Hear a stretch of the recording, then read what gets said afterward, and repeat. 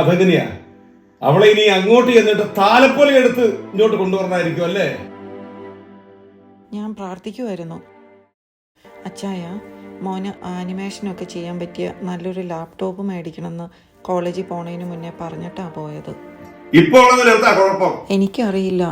ഇപ്പോൾ ഉള്ളതിൽ ഫയലുകളൊന്നും വലുതായിട്ട് ചെയ്യാൻ പറ്റില്ലെന്നാ അവൻ പറഞ്ഞത്. ദേ, ഇത് വേണമെന്നാ അവൻ പറയണേ.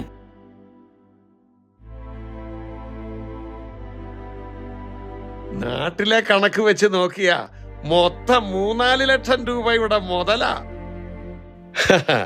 കുഴപ്പമില്ല, അമ്മയുടെയും മോന്റെയും പറ്റിൽ ഞാൻ അങ്ങ് എഴുതിയേക്കാം.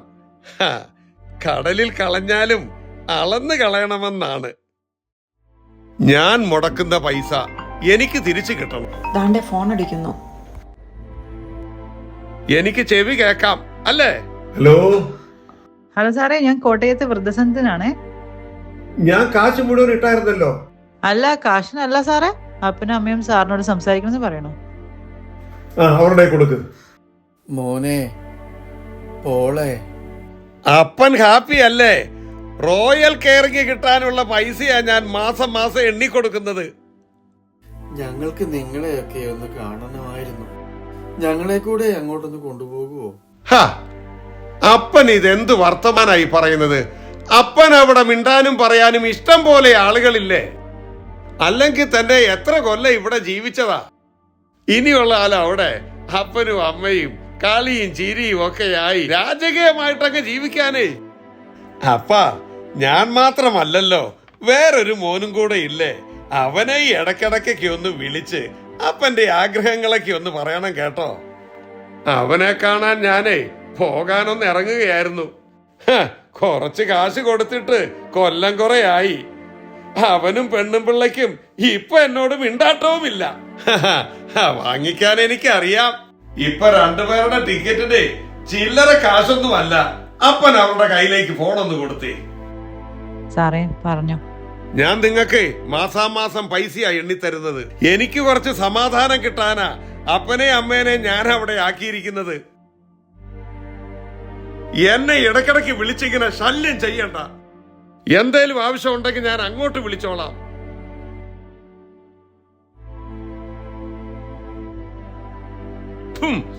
ചൂടോടെ ഒരു ചായ പോലും എടുക്കാൻ അറിയത്തില്ല. പോളേട്ടാ. ചേടാ, നിന്റെ പോളേട്ടാന്നുള്ള വിളി കേട്ടപ്പോ കുളിര് കോരുന്നല്ലോടാ. ജോണേ, നീ ഇപ്പൊ എവിടെയാ? പോളേട്ടാ, ഞാൻ വീട്ടിലുണ്ട്. ഞാനേ ആ വഴിക്കാണ്. എന്നാ പിന്നെ വീട്ടിലേക്കൊക്കെ കേറിയേക്കാം.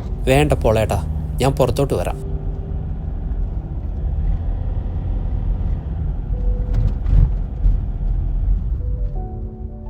പോളേട്ടാ, നമ്മൾ 2 പേരും കൂടി തുടങ്ങിയ ബിസിനസ് അല്ലേ? അത് പൊട്ടിയപ്പം 2 പേരും തുല്യമായിട്ടല്ലേ നഷ്ടം സഹിക്കേണ്ടത്? എന്റെ മോനെ, പോളിന്റെ കയ്യിൽ നിന്ന് പൈസ മേടിച്ചിട്ട് പൊട്ടി പൊട്ടി എന്ന് പറഞ്ഞാൽ പോള് സഹിക്കത്തില്ല. കച്ചവടത്തിന് പോള് വന്നില്ലല്ലോ. പോള് പൈസയല്ലേ തന്നുള്ളോ. നീ അല്ലേടാ കച്ചവടം നടത്തിയത്. അപ്പം പൊട്ടിച്ചത് നീയല്ലേ. പോളിന്റെ കാശ് പോളിന് കിട്ടണം.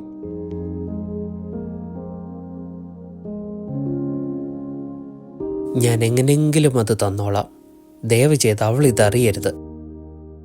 1 മാസം കൂടെ സമയം തന്നേക്കാം. മുടിഞ്ഞു പോകുവാന്നല്ലേടാ നീ പറഞ്ഞത്? മുടിയും. ആര് മുടിയും?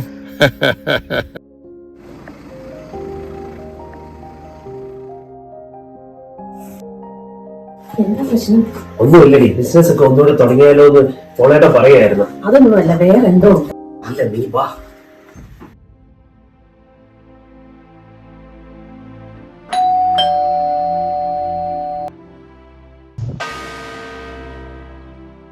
സൈമാ, അനിയ, ചേട്ടൻ വന്നടാ മോനെ നിന്നെ കാണാൻ.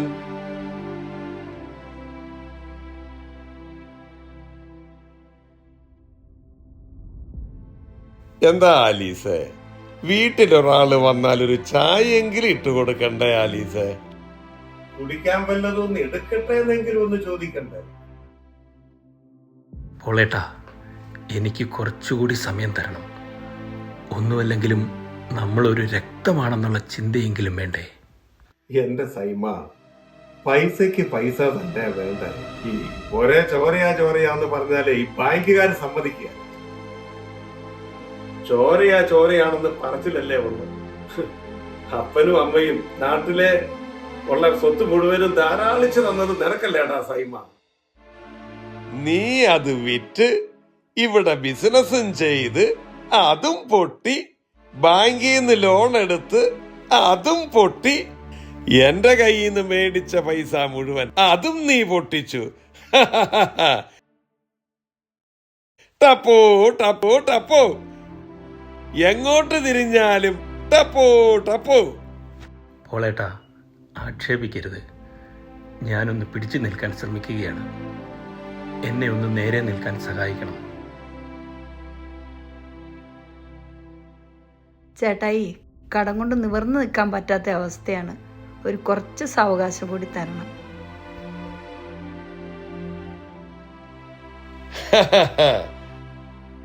പഞ്ചസാരയുണ്ട്, പാലുണ്ട്, കള്ളം.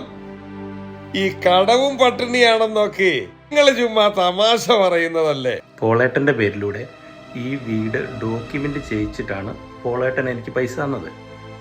അത്രയ്ക്ക് പോലും എന്നെ വിശ്വാസമില്ലേ? ഇങ്ങനെ കൊല്ലാക്കൊല ചെയ്യരുത് പ്ലീസ്. ആത്മഹത്യ അല്ലാതെ വേറൊരു വഴിയില്ല. ആ പറഞ്ഞതിലാണ് കാര്യം.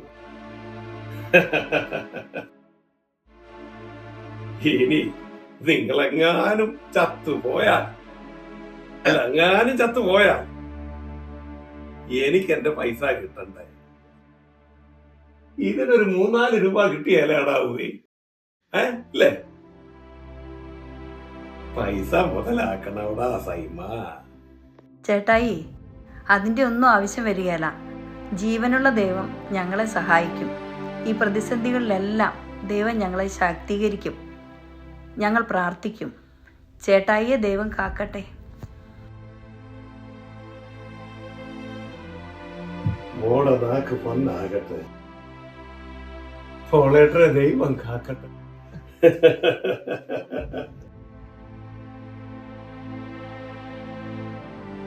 ഞാൻ ഇറങ്ങുക. 1 മാസം കൂടി സമയം തരും. പറ്റിയില്ലെങ്കിൽ പിന്നെ നീ പറഞ്ഞതുപോലെ അങ്ങ് ചെയ്തേക്കുക. കാത്തിരിക്കാൻ മേലടാ മോനെ. പരംപൊരുളേ പകൽ പോലെ സത്യമാം പരംപൊരുളേ, തൊട്ടറിയുന്നു ഞാൻ എന്നന്തരംഗത്തിൽ തനയനായെന്നെ നീ ചേർക്കുന്നതും. പരംപൊരുളേ പകൽ പോലെ സത്യമാം പരംപൊരുളേ, തൊട്ടറിയുന്നു ഞാൻ എന്നന്തരംഗത്തിൽ തനയനായെന്നെ നീ ചേർക്കുന്നതും.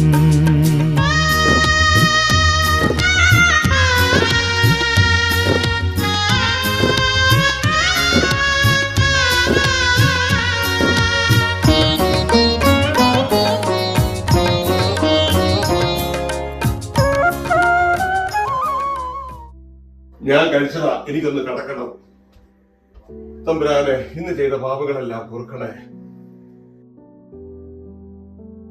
ദ്രവ്യാഗ്രഹിയായ പോളി, ഇന്ന് നീ മരിച്ചാൽ നിന്റെ ആത്മാവ് എങ്ങോട്ടേക്ക് പോകും?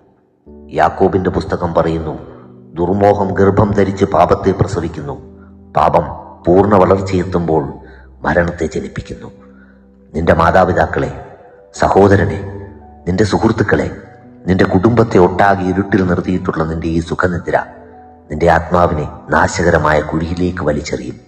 നിന്റെ ശരീരം വിടുന്ന ഈ ആത്മാവ് കടക്കുന്ന കവാടം സ്വർഗത്തിൻ്റെതോ അതോ അഗ്നികുണ്ഡത്തിൻ്റെതോ എന്ന് നീ അറിയുന്നുവോ? പോളെ, നീ എഴുന്നേൽക്കുക. ദൈവസന്നിധിയിൽ ശക്തീകരിക്കപ്പെടുക. സ്നേഹത്തോടെ സേവിക്കുക.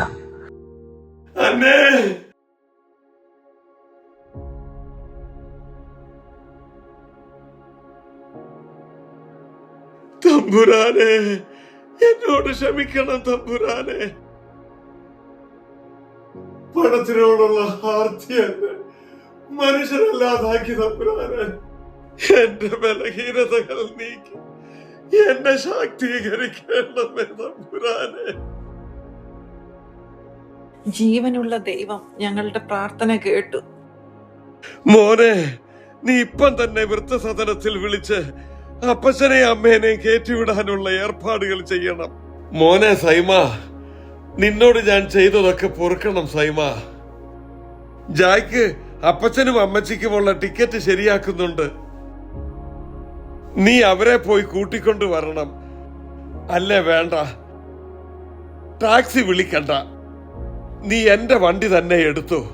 ജോണേ, പൈസയൊന്നും വേണ്ടടാ മോനെ. നീ നാളെ വൈകിട്ട് ഇങ്ങോട്ട് എത്തിയാ മാത്രം മതി. ദൈവം സ്പർശിച്ചാൽ മനുഷ്യൻ മാറും, അത് സത്യമാണ്. ആരായിരുന്നു പോൾ? രക്തബന്ധങ്ങളെക്കാളും സുഹൃത്തുക്കളെക്കാളും എന്തിനേറെ ദൈവത്തെക്കാൾ പോലും പണത്തെ സ്നേഹിച്ച ഒരു മനുഷ്യൻ. മറ്റുള്ളവരുടെ പ്രാർത്ഥനയുടെ ഫലമായി ദൈവം അയാളെ സ്പർശിച്ചു. പാപങ്ങൾ ഏറ്റുപറഞ്ഞപ്പോൾ ദൈവസന്നിധിയിൽ ശാക്തീകരിക്കപ്പെട്ടു. എന്ത് സന്തോഷമാണിന്നിവിടെ. ജീവിതം വഴിമുട്ടി നിന്ന സൈമണെ ചേർത്ത് നിർത്തിയ ആലീസിന്റെ പ്രാർത്ഥന, അന്നയുടെയും ജോണിന്റെയും നാം അറിയാത്ത മറ്റു പലരുടെയും പ്രാർത്ഥന ആ കുടുംബത്തെ ദൈവസന്നിധിയിൽ ബലപ്പെട്ടവരാക്കിയില്ലേ? നമുക്കും പ്രാർത്ഥിക്കാം, നമ്മെ സ്നേഹിക്കുന്നവർക്കായി, നമ്മളാൽ സ്നേഹിക്കപ്പെടേണ്ടവർക്കായി. പരംപൊരുളേ പരംപൊരുളേ, പകൽ പോലെ സത്യമാം പരംപൊരുളേ, തൊട്ടറിയുന്നു ഞാൻ എന്നന്തരംഗത്തിൽ തനയനായെന്നെ നീ ചേർക്കുന്നതും.